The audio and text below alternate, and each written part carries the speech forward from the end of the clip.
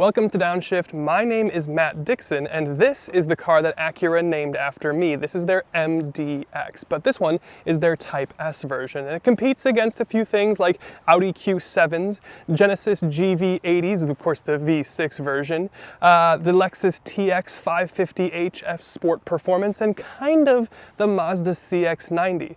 There's a lot to love about this car, but it's not perfect, so I'm going to walk you around the best and the rest, and then we're going to go for a drive and talk about where it fits in the segment. The first thing we have to talk about is a difficult thing to talk about when it's wearing a Type S badge, but foot down. This is one of the least powerful, at least in terms of the competitive set that we're talking about here today. This is the 3-liter twin scroll turbocharged V6. It's the same engine and same power that we had in the TLX Type S earlier this year. 355 horsepower, 354 pound-feet of torque. You compare that to the Genesis. The GV80 V6 is making 375. The TX 550 HF Sport whatever is making 366, so only 11 more. And then the Audi and the Mazda are making a bit less. The Audi is making 335 and the CX-90 Turbo S is making 340. So it's kind of in the middle. But in terms of styling and badging, this is the most sporty. At least they're trying to convince you that it's the most sporty one. And to be honest, it's enough power for me. I think it fits the personality of the car. The thing that I struggle with a little bit more, aside from the power, is the fuel economy. Now the EPA says if you're a good boy with your right foot, you'll get 19 mpg combined. I've kind of struggled to get 19 mpg combined this week, I'll be honest, and usually I'm very judicious and I can usually outperform the EPA. So it's just a little bit thirstier of an engine. You compare it to something like the bigger, heavier BMW X5. With its straight 6 and turbo, twin scroll turbo, it's getting 21 mpg, and that's in the city. So this getting 19 mpg combined just isn't quite competitive. It's just a little bit thirstier. But the performance is adequate, I would say. It's definitely adequate enough to feel and sound more exciting. 0 to 60 is done in 6 seconds. Now, the truth is these power and performance figures are still competitive, as I've been saying, but the Type S badge is making a little bit more of a meal out of it, out of the sportiness, than some of the others are doing. So it does feel a little off. Now that said, I still like this engine. We'll talk about that more on the positive side of the video. It's just on paper, it is less powerful and it is more thirsty than some of the rivals. And then there's the third row, which, as you can see, isn't the biggest. Now getting back here is a bit of an event. The second row folds, although not totally child seat friendly like you'd see in a more dedicated 3-row vehicle, and the opening is just a little bit tight to get back here. And once you are back here, the tightness continues. I've got very little leg room, I've got very little headroom, and there's only 2 seats back here. There's also a few things missing. Although you do have a couple items, you don't have vents in the ceiling or otherwise. You've got chargers, you've got cup holders, and you've got speakers back here. But based on the experience back here, the closest rival is the Audi Q7. It has a very similar rear seat. It also has no vents, but it also has no chargers back here and only 2 seats like we see in the MDX. You kind of get the sense that the MDX and the Q7 pack a third row for emergency situations, but it's not really intended, at least not for adults, to sit back here for anything more than a few minutes at a time. But that being said, I will have the back seat or the third row of the MDX over the Q7, I think. And like with any modern car, there's just a couple little nitpicks. The first thing is less of a nitpick or problem and more of just an observation. You can only get the MDX with a bench second row, which kind of confirms to me what we were saying in the third row, where this is kind of meant to be a big 2-row with a big trunk rather than a fully dedicated 3-row SUV. That kind of makes it more like a CX-70 from Mazda or the Genesis GV80, although I believe that you can get with a third row as well, but it'll be kind of tight and maybe even smaller than what we have here in the MDX. And one of the nice functions with this middle seat here is you can fold it down and then get it out. So you can see your middle seat for the second row does come out to make it maybe a little easier to get back to the third row, but there's a couple trade-offs that you make with that. Like one, you've got these exposed metal hooks here that are pretty abrasive, so if you fell on your knee or tripped and hit yourself on that, that might not feel so good. And also, the floor is still really high, so it's not going to be that much easier than just pressing this button and getting in the third row that way. And then finally, you don't have armrests, so the captain's chair layout isn't really ideally suited for the MDX. But there's one more thing. The Honda cousin to this MDX is the Pilot. And in the Pilot, you can actually store that middle seat under the trunk floor on some trims. Can't do that here in the MDX though. Plus this thing is heavy. Another thing about the rear seats is you've got a triple climate zone, and you do have heated seats, but you don't have cooled seats here in your back seat.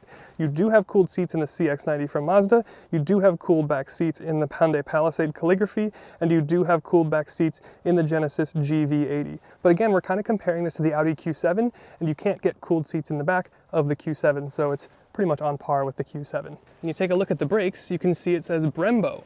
And you have Brembo on the front, but it doesn't say Brembo on the back. Now that doesn't necessarily always mean that they're not Brembos, but it confirms it on the window sticker of this MDX that indeed only the front brakes are Brembos. And this isn't really a bad thing. The Bang & Olufsen sound system is pretty good, but we don't have the ELS system that we had in previous generation Acuras, and that just makes this feel a little bit less special. That was a unique and exclusive audio system for the Acura lineup, and it just feels a little bit less special going to a B&O. And the last nitpick is the fact that the Tiger Eye Pearl, that magnificent gold color that you could get last year, is no longer available on this new facelifted MDX. It's not a huge deal, it is just a bit of a bummer because that was a spectacular color. But with all those nitpicks out of the way, let's talk about the great things about this MDX, because there are a lot. Now the first thing I want to talk about is the driving experience, because it's actually something that I've really enjoyed getting into this week. I still like the engine, even though we talked about some of the stuff earlier in the video. It could use a little bit more sound drama, and it's got, I think, enough power. But the fact is, this is the most dynamic, the most kind of intoxicating. I'm an emotional person, and this gets me more emotion than something like the GV80 with its V6. Now we'll talk about the coupe is a little bit different story, but at least in the traditional body style. It also feels a little bit more dynamic and a little bit better balanced than the Mazda and definitely the Audi. You do have the 10-speed automatic. Could it be a little bit better? I guess, but this is still, as we talked about with the TLX Type S, this is still a luxury first product that happens to have a bit of pace. So it's still kind of like an 8-9 car, maybe not quite towards the limit. It maybe shows its luxury roots a little bit more toward the limit. But it makes sense because this is a big three-row SUV. And it just fits the personality of what this is and who's buying this, what they truly actually want. They want luxury, they want comfort with a little bit of drama and a little bit of speed. And you get that here. The super handling all-wheel drive, though, is kind of really where this car starts to come alive ahead of some of the others. The steering is pretty good. It doesn't have a lot of feedback, but it's got a decent weight and it feels natural and organic. The chassis control is really good. It rotates a little bit more naturally and hides some of its weight better than the others. And you have an air suspension that works really well. So we'll get on brakes, the front Brembos, as we talked about. Front end is willing to go, good hold from the air suspension.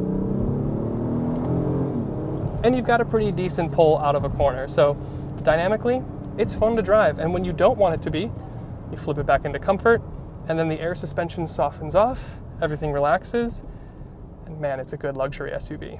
And then I want to talk styling, because this MDX has been facelifted for this year, and it still looks fantastic. Now the biggest, most notable change happens in your new lower fascia. I'm kind of mixed about it. It gives Mansory vibes a little bit, but I think it gets away with it, especially with this urban gray, which is the only option on this car, and it's $600. So the Type S for the MDX comes fully loaded. You also have new wheel and tire options, and you get the red Brembo brakes peeking out from behind these 21-inch wheels. You also have black details all over the car for the Type S, including your wheel arches, your wing mirrors, and your window treatments, as well as your roof rails. But you have this same profile shape as you did last year, and the rear looks largely the same as it did last year. You have brushed silver quad exhaust tips, and they're cool and they sound pretty good. I think this looks way better than the Lexus TX. It's not as long and looks more sporty than the Mazda CX-90, and the GV80 is also handsome, but this is a much more aggressive looking car. Ultimately, I think this is probably one of the best looking among the four that we've been talking about today. And then when it comes to the trunk, it's not the biggest, but it's also not the smallest, and what it results in is something that's pretty practical. Your tailgate is obviously powered, but it doesn't have the close and lock feature that we see in some of the rivals. With the third row up, you're looking at 16.1 cubic feet of space, but you have a huge underfloor storage area. The third row does fold manually. I might expect to see powered in this class, and you can't fold the second row from the trunk at all, which is a bit of a nitpick, and I probably should have put it over there. With the third row down though, you're looking at either 39 or 48 cubic feet. It's hard to tell with Acura's designations. And then with the second row down, you're looking at either 71 or 95 cubic feet maxed out. I'm assuming that's depending on where the second row is slid. Those numbers make it smaller than the Lexus TX, of course, but a bit bigger than the GV80 without the third row. But for true context, I'm going to bring up the Audi Q7 again, because as far as layout goes, that's actually kind of the closest rival. And the MDX Type S, in fact, packs more cargo capacity than the Audi Q7. That's pretty good.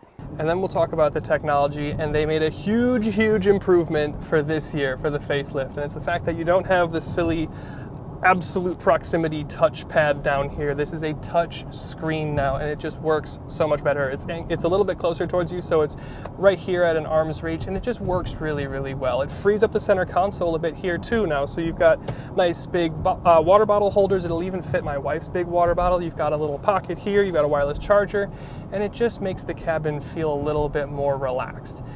You do have a great head-up display with loads of information. You've got a fully digital instrument cluster. The black levels are great, the transitions are really cool, and you've got a 12.3-inch center screen. It is closer because it is touchscreen now, but you get wireless Apple CarPlay, you get Android Auto, and really that's what I'm looking for. But you also have Google built in, so you've got like Alexa and all that stuff that you might want to see.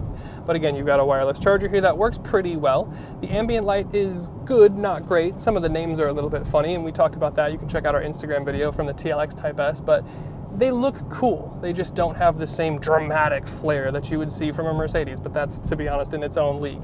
But then when it comes to the driver assist suite, your lane keep, your adaptive cruise, everything works really pretty well. And while the third row may not be so big, the second row is actually really nice. You get the same really cool blue interior back here. You get map pockets, you get a third climate zone, you get heated seats, no cooled seats as we talked about. You get chargers down here, you get a big pano sunroof. The seats themselves slide and recline, and you even have some window shades back here. Plus you get all the really nice woodworking and ambient lighting and all of the features that you would expect from the front. They continue back here. So it's perfectly comfortable. I might like a little bit more foot space if I was really tucked up underneath, but you just slide your seat back and then you've got plenty of space. And then there's the cabin experience, and this is one of my favorite things about this car and about the TLX that we were in earlier this year. It's just a good luxury interior. The front seats, they're super comfortable, really nice blue with the black suede accenting. The stitching is really cool. It's white, it's got a unique pattern. It's heated seat, it's a cooled seat, it's a massage seat. You've got memory, you've got an auto setting, so it'll automatically turn on your heated or your cooled seat depending on the ambient temperatures outside. I mean, it gives you everything that you could want. And then in terms of the overall interior, it's fantastic. One of my favorite things about it is the fact that it's not the same thing as the brand new BMW interiors. It's not uber minimal, just screens, boom. There's still physical buttons that work really well. The dash is lined in leather, it's stitched, you've got an open pore wood here. There is a little bit of gloss black, well there's gloss black across the dash and into your center stack here, but it's done in a way that works really well. And it's Acura's little attention to details in the weight of the volume knobs, the rocker for the song, the track skip and repeat. And then you've got this center console, and again, we've talked about this in the Type S TLX. It's squishy here. It's just these little attention to detail bits, like where I rest my knee on the center console, it's padded. It's just that little attention to detail where somebody actually sat in here, drove this thing, and they said, these are the touch points, these are what we have to focus on to make this thing feel truly luxurious. It's these little attention to details that make this feel a little bit more luxurious than maybe even something from Germany. And finally, we'll talk about price. And with everything considered, the Type S here actually represents a pretty good value. You can get an MDX in base starting at about $51,000, and the Type S jumps all the way up to $75,000. That's a big jump, but again, it comes fully loaded with all of the accenting, all of the performance, and all of the kit. The GV80 with the V6 from Genesis, by comparison, starts at $75,000, but doesn't come fully loaded, so that'll go up to $82,000. The Lexus TX 550 is like $1,000 more than the Type S here, similarly equipped, but it's a 4-cylinder hybrid.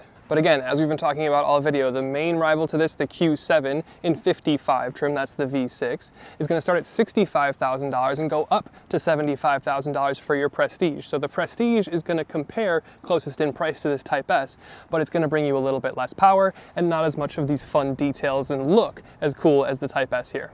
Hey guys, real quick, Matt here. Just wanted to say I hope you've been enjoying the video. If you have, would really appreciate you hitting that subscribe button. I know it doesn't seem like a big deal, but it does go a long way in helping us get access to cars sooner and get access to manufacturer engineers so we can get more information on the cars and get you more information so you can make better decisions. So would really appreciate you hitting that subscribe, like, comment, the whole YouTube thing. But with that, let's get back to the video. Got my massage seat on in the Type S. Woohoo! It's pretty good. Manual control. Great turn in, mid-corner hold is good. Very good. I mean, we've talked a lot about the performance and the dynamics in this car for this video, obviously being the Type S. But the fact is, I don't think I would have done that just now in a Q7. Maybe in an SQ7, but definitely not in a Q7. I mean, the Q7 works as really well as like an Uber comfort luxury product, but this Type S MDX splits that difference really, really well. It still has the air suspension. It still has a good, powerful engine. It's got Brembos up front. Hello, another MDX. Steering is good. Mid-corner hold is good. Suspension chassis balance is awesome. Gearbox is okay. On the brakes. Back up the box. Really, really pretty good. And it sounds pretty good. And the truth is, I'm pretty honest with myself about kind of what I want from my luxury 3-row SUV. And that's about as hard of driving as I'd probably ever do if I owned this car. And it did really, really well. But the fact is now, I love that transition sound, when I flip it back into comfort mode, it is just smooth. It is just pillow-like. The air suspension works really well. There's something about these Acuras. And this year is the first year that we've had Acura press cars, which means it's the first year that I've spent meaningful time, multiple days, getting a chance to explore these cars. We had the TLX Type S, which we've talked about to death in this video, and then this. And there's just something about these Acuras, especially in Type S, where I'm just like, I just like it. I just like it. On paper, maybe they're not the best or, most perfect at any one thing, but they do everything so well. And the thing that I really like that they do so well is the little attention to detail, the little accents, the little bit of the center console here that's really, really squishy and really padded. I mean, you don't get this same feeling in a BMW, in a Mercedes, even the Audi. You don't get the nice dimpled stitching or the dimpled leather here on the steering wheel. You get that in other places, but it doesn't quite feel the same. And it's just the attention to detail, like the padding here on the center console everything has been thought out. Everything has been thought out with the person in mind first. I get the sense that in things like BMW M's or M-Lite cars, the thought is about the performance first and then the driver. This Type S feels like they thought about the person here first. They were honest with themselves about what this product should be. It's a big, heavy 3-row SUV, so we'll add a little bit of performance, but we don't need to add performance at the cost of luxury, at the cost of comfort. And it just strikes a really, really good balance. Now, if you are looking for that super hardcore performance SUV, there are other options out there, but this here strikes an incredible balance of realistic, everyday, on-road performance, and then just pillow-like luxury. And I gotta say, I'm just really impressed. So thank you to Acura again for letting us have a go in your MDX Type S. Thank you to you for watching, and leave it down in the comments of all the vehicles that we've been talking about here today. The CX-90 Type or Turbo S, the Lexus TX 550h Performance F Sport, whatever, the Genesis GV80 V6, and the Audi, the Q7. What's your favorite? What would you take? Leave it down in the comments, and we'll see you in the next one.